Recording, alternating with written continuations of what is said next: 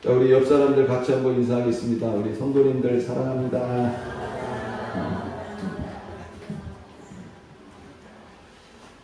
자, 잘들 지내셨습니까? 네. 자, 성경에 보면 수많은 인물들이 나옵니다.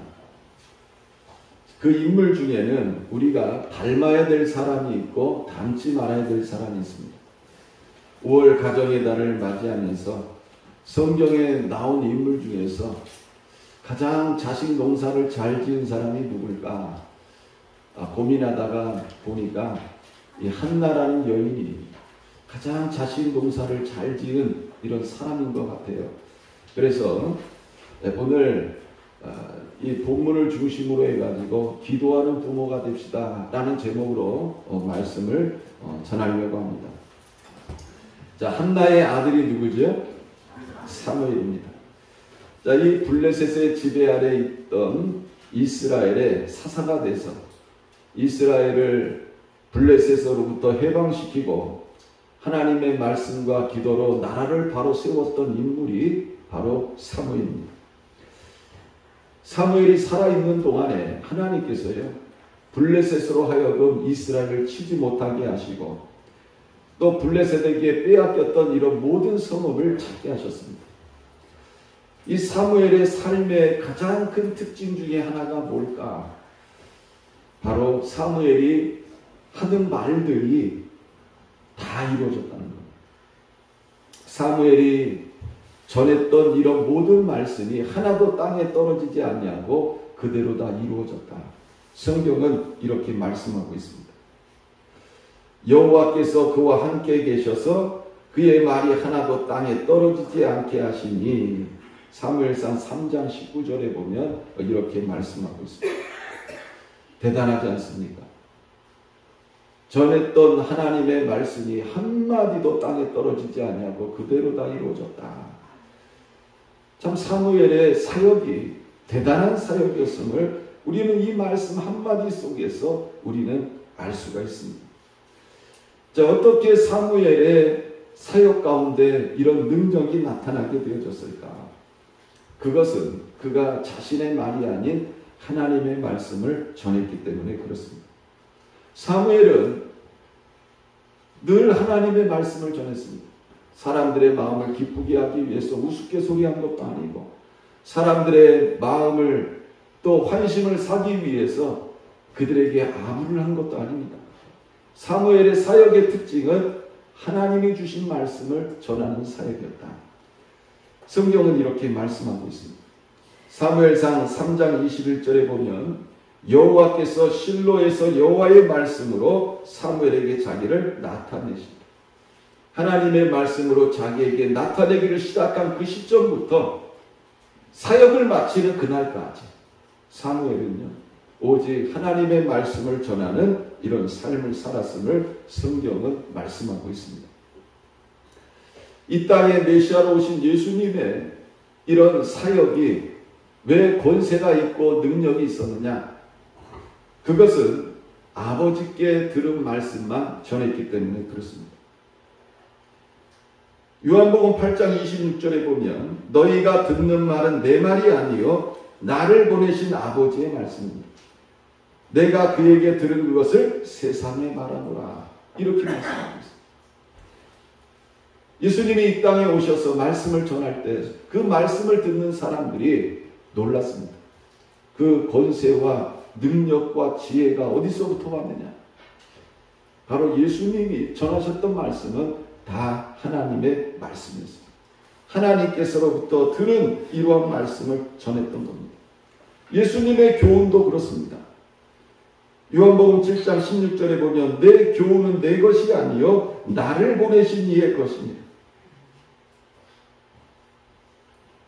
예수님의 모든 행위도 하나님의 것이었습니다. 요한복음 5장 19절에 아버지께서 하시는 일을 보지 않고는 아무것도 스스로 할 수 없나니 아버지께서 행하시는 그것을 아들도 그와 같이 행하느니라. 예수님이 행하신 모든 일들이 다 하나님의 하시는 일을 보고 행하셨다. 예수님은 이렇게 말씀하고 있습니다. 그래서 예수님께서 하시는 말씀이 하나도 땅에 떨어지지 않았음을 성경은 말씀하고 있습니다. 이 땅에 또 다른 보혜사로 오신 성령님도 마찬가지입니다. 요한복음 16장 13절에 보면 그가 스스로 말하지 않고 오직 들은 것을 말하며 장래일을 너희에게 알리시리라. 성령께서도 스스로 일하지 않고 스스로 말하지 않고 오직 들은 것을 말씀하신다. 이렇게 성경은 우리들에게 말씀하고 있습니다. 그래서 사도 바울도 하나님 앞에 기도할 때 어떻게 기도합니까? 에베소서 6장 19절에 보면 내게 말씀을 주사 나와 입을 열어 복음의 비밀을 담대히 알리게 하옵소서. 이게 사도 바울의 기도의 제목이었다는 거죠. 요한복음 3장 33절 말씀에 보면 하나님이 보내신 이는 하나님의 말씀을 한다. 이렇게 말씀하고 있습니다. 여러분, 하나님이 보내신 사람의 특징, 바로 하나님의 말씀만 전한다는 겁니다. 사무엘은 하나님의 보냄을 받은 자였기에 그는 하나님의 말씀만 전한 것입니다. 그러므로 그가 전했던 말씀은 한마디도 땅에 떨어지지 않았다. 여호와의 말씀을 1.1획도 땅에 떨어지지 아니하니 하나님의 말씀이기에 한마디도 땅에 떨어지지 않은 이런 사역을 감당할 수 있었다는 것입니다.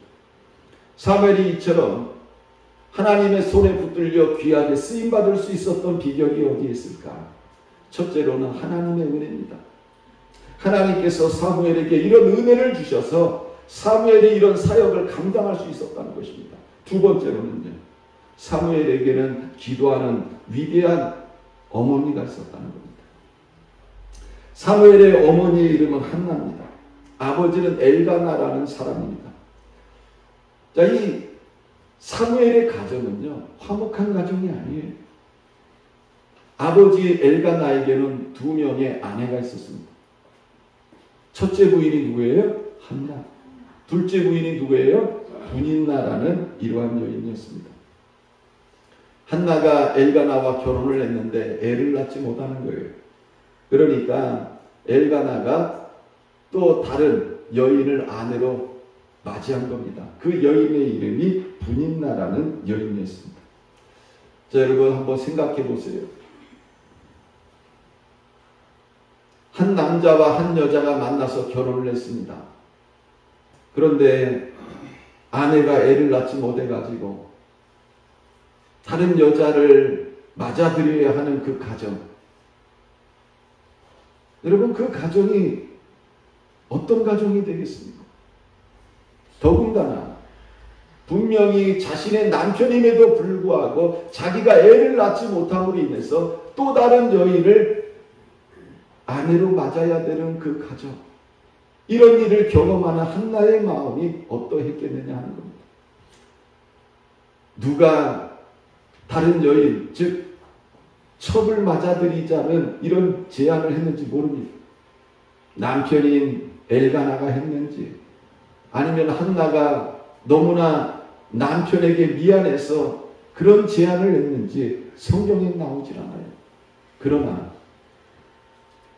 자신이 애를 낳지 못함으로 인해서 다른 여인을 첩으로 맞아들일 때 한나의 마음이 어땠을까? 참 비참했을 것입니다. 자, 우리나라에도 그 조선시대에 칠거지약이라는 이런 죄가 있었습니다. 칠거지약.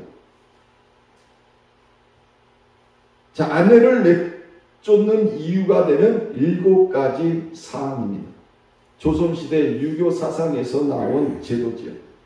이 칠거지 또는 칠출이라고 이렇게 이야기를 하는데, 첫 번째가 시부모를 잘 섬기지 못하는 것, 두 번째 아들 낳지 못하는 것, 세 번째 부정한 행위를 하는 것, 네 번째 질투하는 것, 네 번째 나병이나 간질 같은 유전병을 가지고 있는 것, 여섯 번째 말이 많은 것, 일곱 번째 훔치는 것.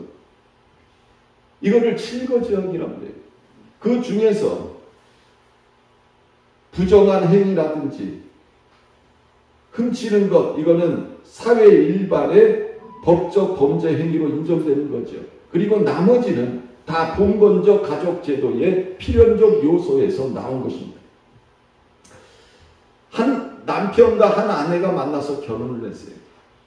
그런데 그 당시는 그 결혼을 어떻게 생각했느냐? 봉건 제도 속에서 그 결혼을 생각했다는 겁니다. 결혼한 여자는 한 남편의 아내이면서도 동시에 그 가문의 대를 이어야 될 책임이 있다는 거예요. 이게 봉건 제도에서 여자들의 책임이었다는 거예요. 의미였다는 거죠. 서로 좋아서 결혼해서 가정을 세우는 것이 아니라 그 가문의 대를 이을 수 있는 아들을 낳게 해야 된다. 이것이 아내의 주요와 덕목이었다는 것입니다. 그런데 생각해 보세요. 자식을 낳지 못하는, 아들을 낳지 못하는 것이 여자의 책임입니까? 자식을 낳지 못하는 것이 여자의 책임입니까? 아니죠. 남자가 여러분 무정자쯤일 수도 있어요. 또 여자가 불임일 수도 있어요. 그러나 중요한 것은 하나님께서 자녀를 주시지 않으면 자녀를 낳을 수 없다는 것입니다. 자, 하나님이 잉태케 하지 못하는데 어떻게 자녀를 낳을 수 있습니까? 그런데 사람들은요, 아내가 자식을 낳지 못하고 아들을 낳지 못한다고 해서 다른 여자를 아내로 맞이하고 심지어는 아이를 낳지 못하는 그 아내와 이혼하는 이런 일들이 일어나게 된 것입니다. 여러분, 이런 일들을 겪는 그 아내의 마음이 어떠할까요? 자, 그렇다면 지금 우리나라의 법은 어떨까요? 제가 설교 준비하면서 한번 우리나라의 법은 어떨까? 제가 한번 찾아봤어요. 자, 배우자가 아이를 낳지 못하게 될 때 이혼 사유가 될까요? 대법원 그 판례가 나와 있더라고요. 보니까 아이를 낳지 못해도 이혼 사유는 안 된다. 이게 대법원에서 내린 판례의 규례입니다.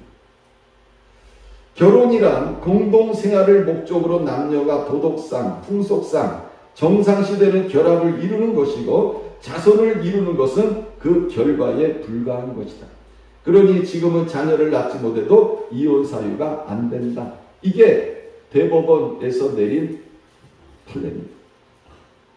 현명하지요. 자, 그러나 한나가 살던 시대는 그렇지 않았다는 거예요. 우리나라의 조선시대도 그렇지 않았습니다. 심지어는 제가 아주 어렸을 때 그 당시에 살던 어른들도 이런 삶을 살았다는 것입니다. 자녀를 낳지 못함으로 인해서 너무나 비참한 고통을 겪어야 했던 수많은 여인들이 우리나라에도 있었다는 것입니다. 자, 오늘 본문에 나오는 한나의 모습도 그렇지 않습니까? 자녀를 낳지 못한다고 할 때 가문의 대를 잇게 하기 위해서 또 다른 그 여인을 아내로 맞이하는 남편의 모습을 보면서 한나의 마음이 얼마나 아플까 하는 것을 우리는 능히 짐작할 수 있습니다. 여러분, 세상에서 가장 힘든 게 뭘까요? 바로 부부간의 관계 아닙니까? 더군다나 부부 중에서 남편이 다른 여인을 만나고 돌아다닐 때 바람을 핀다든지 그래도 얼마나 속이 상합니까? 그런데 다른 여인을 아내로 맞아들일 때 여러분, 그 다른 여인의 마음은 어떠했겠느냐 하는 거죠. 그 심장에 대못을 박는 것 같은 이러한 고통이 그 여인에게 있을 것입니다. 이런 고통은 당해보지 않은 사람은 이해하기 힘든 이야기죠. 더구나 성경을 보면 이 남편 엘가나가 진심으로 사랑한 여인이 누구였느냐? 한나였다는 것입니다. 그 사무엘상 1장 4절 5절에 보면 이런 이야기가 나옵니다. 엘가나가 제사를 드리는 날에는 제물의 분깃을 그의 아내 분인나와 그의 모든 자녀에게 주고 한나에게는 갑절을 주니 이는 그를 사랑합니다. 한나를 더 사랑했어요. 그래서 갑절에 그 재물의 분깃을 줬어요. 그런데 여러분, 남편에게서 그런 것을 받는다고 해가지고 한나의 마음이 행복했을까요? 그렇지 않았다는 것. 아들을 낳지 못하는 아내, 자식을 낳지 못하는 아내, 그러므로 인해서 또 다른 여인을 맞이해야만 했던 자신의 모습을 바라볼 때, 여러분, 제사 드리고 난 다음에 받은 그 2배의 재물의 분깃을 받는다고 해서 마음이 기쁘고 행복하고 즐거워집니까? 절대 그렇지 않지요. 더군다나 이 분인나는요, 남편이 한나에게는 갑절에 이런 재물의 분깃을 주는 걸 보고 격분합니다. 왜 한나에게는 2배를 줍니까? 나도 2배를 주세요. 여러분, 이런 모습을 옆에서 보고 있는 한나의 마음은 어떠했겠느냐 하는 겁니다. 아무리 마음이 착한 한나라 할지라도 여러분, 속이 상하고 마음이 아팠을 것입니다. 이런 일을 경험할 때마다 한나는 속상했을 것입니다. 그의 남편이 이런 것을 알고 한나에게 와가지고 한나를 다독입니다. 한나여, 어찌하여 울며 어찌하여 먹지 아니하며 어찌하여 그대의 마음이 슬프냐? 내가 그대에게 10 아들보다 낫지 아니하냐? 여러분, 남편이 아무리 이렇게 이야기를 해도 한나의 그 속상한 마음이 풀리겠습니까? 안 되는 거죠. 이런 상황 속에서 한나가 할 수 있었던 일이 뭐가 있느냐는 거예요. 그것은 바로 하나님께 기도하는 것이었습니다. 한나는 자신이 아이를 낳지 못해서 남편이 첩을 맞아 들일 때 아무 말도 못했습니다. 아이를 낳지 못하는 자신을 죄인으로 생각했습니다. 그래서 남편이 하는 일에 침묵으로 동의를 했습니다. 그런 한나가 할 수 있는 유일한 일이 무엇이었느냐? 바로 하나님께 기도하는 것이었다는 겁니다. 자, 한나가 하나님 앞에 기도하는데 이 한나의 기도는 몇 가지의 특징이 있습니다. 10절 말씀에 보면 한나가 마음이 괴로워서 여호와께 기도하고 통곡하며 이렇게 말씀하고 있습니다. 여러분, 한나의 기도는 어떤 기도예요? 통곡하는 기도였다는, 통곡하는 기도. 얼마나 그동안 속이 상했으면, 얼마나 많은 상처가 있었으면, 그 안에 얼마나 많은 울분이 있었으면 하나님 앞에서 통곡하며 기도했다. 여러분, 살아가면서 여러분들 안에 이러한 그 아픔이 있고 상처가 있고 이런 분들이 있습니까? 하나님 앞에 통곡하시길 바랍니다. 그 이스라엘 속담에 이런 말이 있어요. 사람 앞에서는 웃고 하나님 앞에서는 우세요 라는 이런 말이 있어요. 사람 앞에서는 웃으라는 거예요. 하나님 앞에서 울라는 거예요. 여러분, 사람 아무리 쫓아다니면서 도와주세요 해봐야 여러분 받는 건 상처밖에 없습니다.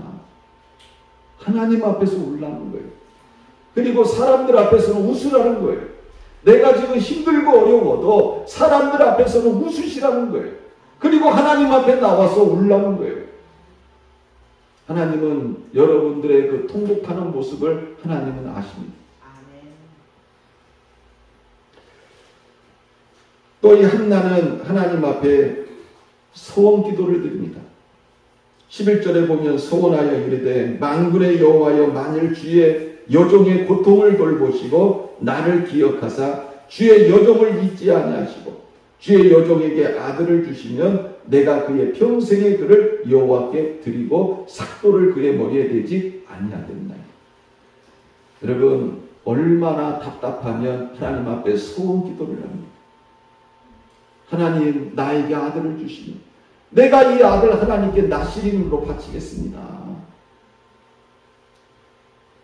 성경에 뭐라고 나와 있어요? 소원 기도하지 말라고 그랬어요. 그런데 한나는 너무나 답답하고 마음이 아프니까 하나님 앞에 소원 기도를 드린 거예요. 하나님, 내게 아들 주세요. 그럼 내가 이 아들요 하나님께 드리겠습니다. 그리고 이 한나의 기도는 12절에 보면 그가 여호와 앞에 오래 기도하는 동안에 이렇게 돼 있어요. 하나님 앞에 오래 기도했다는 거예요. 여러분, 사람들 붙잡고 여러분들의 사정 오래 얘기하지 마세요. 가까울수록 친할수록 여러분들의 그 속사정을 다 얘기하지 마세요. 그 사람들이 도와주면 얼마나 좋겠습니까? 그러나 여러분들은 좋은 마음으로 얘기해도 들은 사람은요 또 그게 아니야. 하나님 앞에서 오랫동안 여러분들이 가지고 있는 이러한 속상한 것들을 하나님 앞에 기도하시기를 바랍니다. 또 13절 말씀에 보면 한나가 속으로 말하매 입술만 움직이고 음성은 들리지 아니하므로 엘리는 그가 취한 줄로 생각한지. 한나는요 속으로 하나님께 말씀을 드렸습니다. 자신의 문제를 말했다는 거죠. 다른 사람이 듣지 못하도록 자신의 그 상처 입은 마음을, 통곡하고 싶은 그 마음을, 부인 나를 통해서 받았던 그 모든 상처를, 또 남편을 통해서 받았던 그 모든 상처를 하나님 앞에 아뢰고 있는 이런 모습을 우리는 보게 되는 거죠. 자, 이렇게 한나가 하나님 앞에 기도했더니 자, 어떤 일이 일어났습니까? 19절에 보니까 한번 따라해 보시기 바랍니다. 여호와께서 그를 생각하신지라. 여호와께서 그를 생각하신지라. 여호와께서 그를 생각하신지라. 여호와께서 그를 생각하신지라. 자, 하나님 앞에 이렇게 기도했더니 하나님께서 한나를 생각하셨다. 이렇게 말씀하고 있습니다. 여러분, 이 하나님이 한나를 생각하셨다는 이 의미가 무슨 말입니까? 이 원어에 보면 자카르라는 단어가 나와요. 생각하다는 이 단어가 자카르라는 단어입니다. 이 단어의 뜻은 뭐냐? 마음에 담다는 뜻이에요. 마음에 담다. 하나님은 한나의 기도를 들으시고 한나의 그 기도를 어디에 담으셨어요? 마음에 담으셨다. 자, 그래서 어떤 일이 일어납니까? 20절에 보면 한나가 임신하고 때가 이름에 아들을 낳아 사무엘이라 이름하였으니 이는 내가 여호와께 그를 구하였다 합니다. 여러분, 드디어 한나가 아들을 낳았어요. 얼마나 기쁘겠습니까? 사랑하는 성도 여러분, 인생길 걸어가면서 힘들고 어려운 일이 있으면 하나님께 기도하시기 바랍니다. 특별히 자녀들을 위해서 하나님께 기도하시기 바랍니다. 하나님은 반드시 응답하시는 분인 줄 믿으시기 바랍니다. 자, 이 구약 성경에서 하나님이 생각하신다는 이 의미를 가지고 있는 자카르, 이 단어가 사용된 곳이 몇 군데가 있습니다. 창세기 30장 22절 말씀에 보면 하나님이 라헬을 생각하신지라. 누굴 생각했어요? 라헬을 생각하신지라. 하나님이 그의 소원을 들으시고 그의 태를 여셨으므로 그가 임신하여 아들을 낳고 이르되 하나님이 내 부끄러움을 씻으셨다 하고 그 이름을 요셉이라 하니 여호와는 다시 다른 아들을 내게 도하시기를 원하노라 하였다. 여러분, 이 분인나 가정과 비슷한 가정이 그 앞에 있었어요. 누구의 가정이에요? 야곱의 가정. 이 야곱에게는 두 명의 아내가 있습니다. 첫 번째가 레아, 두 번째가 누구예요? 라헬. 근데 누가 더 이쁘냐? 라헬이 훨씬 이뻐. 그래서 야곱이 처음에 누구랑 결혼하려고 한 거예요? 라헬과 결혼하려고 삼촌네 집에 가가지고 14년 동안을 돈도 안 받고 이 라헬을 얻기 위해서 노동을 해요. 14년을요. 그만큼 라헬이 자기 눈에 이뻤던 거예요. 한눈에 반했어요. 그래서 이 라헬을 아내로 얻기 위해서 14년 동안을 노동을 합니다. 그런데 삼촌이 결혼하는 날 누구를 집어넣는 거예요? 레아를 집어넣는 거예요. 라헬인 줄 알았는데 아침에 눈 떠보니까 옆에 누가 있어요? 레아가 있는 거예요. 기가 막힌 거예요. 라헬만 생각하고 모든 걸 참고 왔는데 부인이 바뀌었어. 그래서 다시 계약을 맺습니다. 그래서 이제 7년 더 일하기로 해가지고 라헬을 아내로 맞아들이게 된 거예요. 그래서 이 야곱이 사랑한 여인은 라헬이었어요. 그런데 참 이것도 웃겨요. 레아는요 애를 잘 낳아. 반면에 라헬은요 애를 못 낳아. 기가 막힌 거예요. 여러분 그 옛날 시대에 자녀를 낳지 못한다는 것이 얼마나 부끄러움이요 수치였는지 몰라요. 그러니까 이 라헬이요 자기 언니가 너무 부러운 거야. 그래서 어떻게 합니까? 나중에는 남편에게 또 때를 써봤다가 그래도 임신이 안 되니까 누구한테 기도한 거예요? 하나님께 기도한 거예요. 그랬더니 하나님께서 이 라헬을 어떻게 했어요? 생각하신 줄. 하나님께서 이 야곱의 기도를 들으셨다. 자카를 마음에 담으셨다는 거예요. 그래서 라헬이 아들을 낳습니다. 그 아들 이름이 뭐예요? 예, 요셉이. 그 유명한 요셉이 태어났습니다. 그리고 출애굽기 2장을 보면 이 애굽 땅에서 종살이하면서 고된 노동으로 인하여 탄식하는 이스라엘 백성들의 모습이 나옵니다. 너무나 힘드니까 이스라엘 사람들이 어떻게 하느냐? 하나님 앞에 기도하기 시작해요. 하나님 너무 힘들어요. 하나님 너무 고통스러워요. 하나님 애굽 땅에서 우리를 구원해 주세요. 하나님 앞에 기도하기 시작합니다. 그랬더니 출애굽기 2장 24절에 보면 하나님이 그들의 고통 소리를 들으시고 하나님이 아브라함과 이삭과 야곱에게 세운 그의 언약을 기억하사 애굽에서 종살이하는 이스라엘 백성들의 고통 소리를 들으시고 하나님이 이스라엘 자손을 돌보셨고 하나님이 그들을 기억하셨다. 하나님이 그들을 기억하셨다. 이 기억하셨다라는 단어도 생각하셨다라는 자카르와 똑같은 단어입니다. 고난 중에서 하나님 앞에 기도했더니 하나님이 그 기도를 어떻게 하셨어요? 마음에 담으셨다. 생각하셨다. 기억하셨다. 이렇게 말씀하고 있습니다. 자, 그런데 여기 이 자카르라는 이 단어는요, 그냥 생각한다는 이런 뜻만 가지고 있는 게 아니에요. 하나님의 구속사, 즉 구원하는 역사가 나타날 때 사용되어지는 단어였다는 거예요. 자, 하나님의 이 응답은요, 우리가 생각하는 것보다 훨씬 더 크다는 거예요. 그때 나타나는 단어가 뭐냐? 자카르, 마음에 담다는 이러한 단어라는 거예요. 여러분, 하나님은 어떤 분이시냐?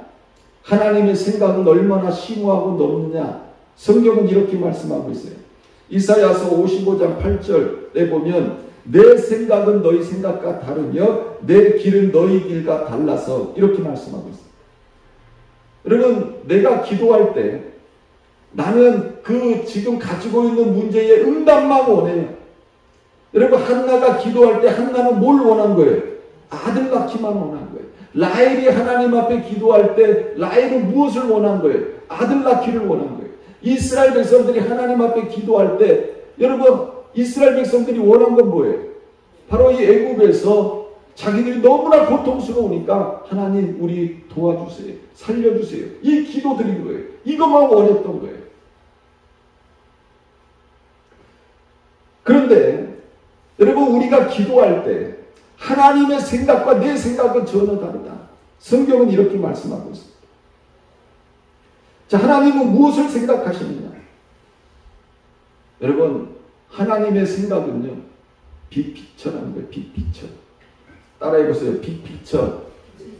이게 무슨 말이에요? 큰 그림을 가지고 하나님을 응답하신다는 거예요. 나는 아이를 못 낳으니까 아들 낳게 해주세요. 기도해요. 하나님, 나 너무 힘드니까 나 좀 편하게 해주세요. 기도해요. 근데 하나님은 우리의 그 기도를 들으시고 하나님은 우리에게 응답하실 때 빅픽처를 가지고 우리에게 응답하시는 분이다. 성경은 이것을 말씀하고 있습니다. 여러분, 라헬이 하나님 나도 애를 낳게 해주세요. 아들 낳게 해주세요. 하나님 앞에 기도할 때 여러분, 이 라헬이 낳은 아들이 누구라고 그랬어요? 요셉이. 아마 라헬은 하나님 응답해 주셔서 감사해요, 고마워요, 그랬을 거예요. 근데 그게 끝이 아니라는 거예요. 하나님이 이 요셉이라는 아들을 통해서 어떤 일을 갖고 계시느냐, 어떤 그림을 갖고 계시느냐. 여러분, 이 요셉을 애굽의 총리가 되게 하고, 이 요셉이 그 기근 속에서 자신의 가족을 구원하고 애굽의 백성들을 구원하고 또 이스라엘 백성들을 애굽으로 인도하게끔 하는 이런 큰 빅피처를 가지고 있었다는 겁니다. 또 이스라엘 백성들이 하나님 앞에 하나님 우리 너무 힘들어요, 고통스러워요, 우리를 구원해 주세요 할 때 하나님이 그 기도에 대한 응답으로 태어나게 하신 사람 이름이 뭐예요? 모세입니다. 모세. 근데 하나님은 이 모세를 통해서 어떤 큰 그림을 갖고 계시느냐, 이 모세를 통해서 출애굽이라는, 그리고 이스라엘 백성들을 가나안 땅으로 인도하시고자 하는 이러한 큰 그림을 가지시고 모세라는 아들이 태어나게 하셨다는 겁니다. 여러분, 한나도 마찬가지예요. 한나도 하나님 나 아들 낳게 해주세요. 하나님 앞에 기도를 했어요. 그래서 아들을 낳았어요. 그럼 한나는 야, 하나님이 나한테 아들 주셨다, 응답하셨다, 아마 여기서 끝났을 거예요. 그런데 하나님은 한나가 낳은 이 아들 사무엘을 통해서 빅피처를 갖고 계셨던 거예요. 어떤 빅피처예요? 블레셋에게서 고통받고 있는 이스라엘을 이 아들이 구원할 것이다. 놀랍지 않습니까? 여러분, 이것이 기도하는 사람들을 향하여 하나님이 갖고 계시는 큰 그림이었다는 거예요. 우리는 하나님 앞에 기도하면요, 하나님 나 이 문제 해결해 주세요, 하나님 내가 힘들어요, 우린 이 문제만 가지고 하나님 앞에 기도해요. 하나님은요, 그런 우리의 기도에 대한 응답으로 우리에게 응답하실 때 하나님은 어떻게 응답하신다는 거예요? 큰 그림을 가지시고 우리에게 응답하시는 분임을 성경은 말씀하고 있습니다. 사울이 죽은 후에 다윗이 하나님 앞에 기도해요. 내가 유다 한 성읍으로 올라가리까 여호와께서 이르시되 올라가라. 다윗이 아뢰되 어디로 가리까 이르시되 헤브론으로 갈지니라. 자, 다윗은요, 사울왕이 죽고 난 다음에 하나님 앞에 기도를 합니다. 하나님, 내가 유다 어느 성으로 가야 될까요? 그랬더니 하나님이 어디로 가라고요? 헤브론으로 들어가라. 이렇게 응답을 하십니다. 다윗은 내가 가야 할 성읍을 위해서만 기도를 드렸어요. 그랬더니 하나님은 헤브론으로 가라고 하셨어요. 자, 다윗이 순종해서 헤브론으로 갔습니다. 자, 그런데 하나님은 그 헤브론에서 다윗을 위한 빅피처를 가지고 있었다는 거예요. 다윗이 헤브론에 갔더니 어떤 일이 일어납니까? 유다의 장로들, 유다의 사람들이 와가지고 다윗을 자신들의 왕으로 세워요. 다윗은 그런 생각 못했거든요. 단지 어디 성으로 가야 됩니까? 그랬더니 헤브론으로 가라. 순종해서 갔더니 그곳에서 유다 지파의 왕이 된 거예요. 거기서 끝나지 않아요.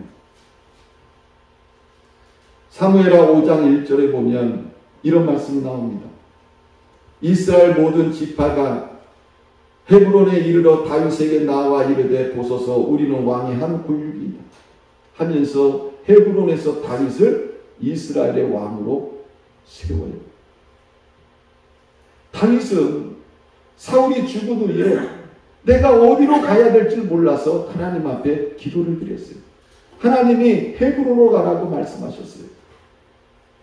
순종하여 헤브론에 갔더니 헤브론에서 유다 지파가 다윗에게 기름을 붓고 온 이스라엘 지파가 나와서 나중에 기름을 부어서 이스라엘의 왕이 됩니다. 그래서 다윗은 헤브론에서 7년 6개월 동안 유다를 다스렸고 예루살렘에서 33년 동안 이스라엘과 유다를 통치하는 왕이 되어진 겁니다. 여러분, 오늘날도 마찬가지예요. 우리는 내가 직면하고 있는 문제를 가지고 하나님 앞에 기도합니다. 우리는 그 문제만 해결되기를 원할 뿐이죠. 그런데 기도하는 우리들에게 하나님은 뭘 갖고 계시는 거예요? 큰 그림을 갖고 계시는 거예요. 제가 이걸 깨닫고 놀란 거예요. 아, 하나님은 이런 분이셨구나. 그러니까 하나님의 생각과 내 생각이 다른 거예요. 하나님의 길과 내 길이 다른 거예요. 우리 하나님은 어떤 하나님이냐? 기도하는 자녀들에게 내가 생각지 못하는 큰 그림을 갖고 나를 인도하십니다. 나에게 주어진 이 응답은 어떻게 보면 나에게 있어서 최선일 수 있지만 하나님에게 있어서는 나에게 주어진 그 응답은요, 더 큰, 내가 생각지 못한 더 큰 이러한 큰 그림을 갖고 우리에게 응답하신 것이다 하는 것을 우리는 깨달아야 되는 겁니다. 그래서 우리가 오늘 이 말씀을 보면서 여러분, 우리가 깨달아야 된다는 거예요. 여러분, 5월은 가정의 달입니다. 여러분, 가정이 어떻게 세워질까요? 여러분, 가정은 기도를 통해서 세워지는 줄 믿으시길 바랍니다. 여러분, 한나의 가정이 행복한 가정이었습니까? 아니죠. 늘 마음속에 전쟁이 있고 격분하고 상처 있고 이런 가정이었어요. 그러나 그 가정이 하나님 앞에 기도하는 한나를 통해서 놀랍게 치유가 되고 그 가정이 위대한 하나님에게 쓰임받는 가정이 되고 그 가정 속에서 사무엘이라는 이런 위대한 이스라엘을 구원하는 지도자가 탄생하게 되어졌다는 것입니다. 그래서 우리가 오늘 이 말씀을 보면서 여러분, 내 가정을 바로 세우기 위해서는, 내 자녀를 바로 세우기 위해서는 여러분, 기도에 힘쓰시길 바랍니다. 내가 하나님 앞에 기도할 때 하나님은 반드시 누구를 생각하는 거예요? 따라해보세요. 기도하는 나를 생각하신다. 아멘? 여러분, 하나님은 내가 하나님 앞에 기도하면 하나님은 나를 생각하세요. 그리고 우리에게 응답하세요. 근데 그 응답은 여러분, 내가 생각하는 그 응답이 아니에요. 하나님은 큰 그림을 가지시고 우리에게 응답하십니다. 이렇게 좋으신 하나님이 우리에게 있는데 여러분, 왜 기도하지 않냐고. 세상에서 많은 교육을 받고 많은 능력이 있는 자녀로 키우려고 부모들이 얼마나 애를 씁니까? 그런데요, 더 귀한 부모는 누구냐? 기도하는 부모라는 거예요.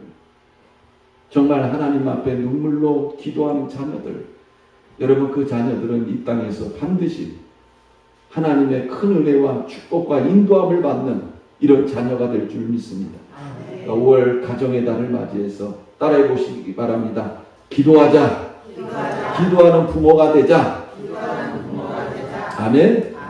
여러분, 고백하신 대로 기도하는 부모가 되셔서 여러분 가정을 향하여, 자녀들을 향하여 하나님의 큰 그림이 이루어지는 그런 모든 가정들이 되시기를 주님의 이름으로 축원합니다. 자, 기도하겠습니다. 살아계신 하나님 아버지, 고맙고 감사합니다. 하나님, 우리가 교회를 다니면서 우리가 이 기도가 얼마나 중요한가 하는 것을 많이 들었습니다. 그러나 오늘 우리가 들은 말씀을 통해서 한나가 기도할 때 하나님은 한나를 생각하셨고 응답을 해주십니다. 그러나 그 응답은 우리가 알고 있는 그냥 내가 기도했던 그 기도의 응답이 아니라 그 응답 속에는 하나님의 큰 그림이 있음을 성경은 우리들에게 말씀하고 있습니다. 하나님, 가정의 달을 맞이하면서 하나님, 쓰러져가는 내 가정, 또 서로 상처 입은 내 가정, 또 서로 손가락질하는 부부의 관계 속에서 정말 내 가정을 바로 세우기 위하여 내가 해야 할 일이 있음을 오늘 말씀을 통해 다시 한번 깨닫고 하나님의 말씀을 들은 내 자신이 먼저 하나님 앞에 기도하는 사람 되게 하셔서 하나님의 응답을 통하여 또 하나님의 큰 그림을 통하여 하나님의 놀라운 은혜와 영광을 나타낼 수 있는 하나님의 자녀들 되게 하여 주옵소서. 특별히 기도하는 부모들 되게 하셔서 자녀들이 사무엘처럼 요셉처럼 하나님 앞에 귀하게 쓰임받을 수 있는 이런 자녀들이 교회를 통하여 많이 나올 수 있도록 축복하여 주옵소서. 감사드리며 살아계신 예수님의 이름으로 기도드렸습니다. 아멘.